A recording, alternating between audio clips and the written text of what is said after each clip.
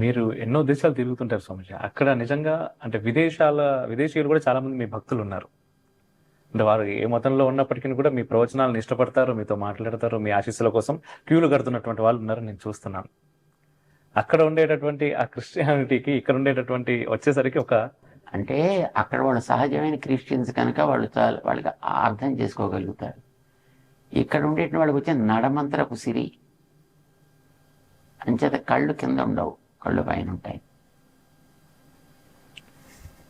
లేకపోతే అందరిని ఆదరించవచ్చు కదా, ఆదరించడానికి తప్పేమిటి? నిజం నిజం. అసలు నేను అటువైపే దృష్టి పెట్టను, చూడను. అసలు అక్కడి నుంచి పండించినా అది నాకు విషయం. చాలా విచిత్రంగా బిహేవ్ చేస్తుంటారు స్వామిజీ. ఒక రోజులోనే ఇంట్లో పనిచేసే వాళ్ళు కూడా. అలా కాదు, నువ్వు హోటల్కి వెళ్ళి తింటానంటావు, అక్కడ నేను తప్పు రాలేదు. ఇక్కడ వీడు ఒక పండిస్తానంటే అబ్బాయి మేము ముచ్చుకోకూడదండి, మేము ముట్టుకోకూడదండి నిజం స్వామి అని అదేమి స్వభావం అది. బయట బజార్లో బండి మీద పెట్టి అమ్మేవాడు వాడు ఏం చేసి అమ్ముతున్నాడు, ఏం మురికి కాలంలో కడిగి అమ్ముతున్నాడు, అది పనికొస్తుంది. నీకు పవిత్రంగా కడిగి దాన్ని సగం ఆరోగ్యకరంగా తయారు చేసి ఇస్తే అబ్బాయి అది దేవుడి ప్రసాదాలు మాకు పడవండి అంటే ఏమంటారు దాన్ని?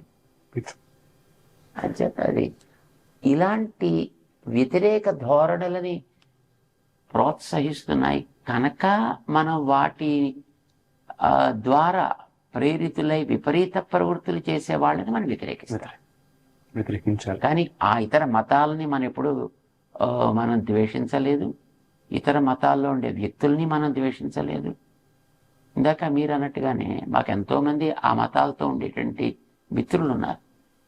వాళ్ళతో చక్కగా మాతో కలిసి ఉంటారు, మేము వాళ్ళతో కలిసి ఉంటాం. చేత మనం క్రిస్టియానిటీని ద్వేషించాం, క్రిస్టియన్ పేరు చెప్పుకుని పాడు పనులు చేసేవాళ్ళని ద్వేషిస్తాం. ఎస్ ఏదైనా ఏ మతమే.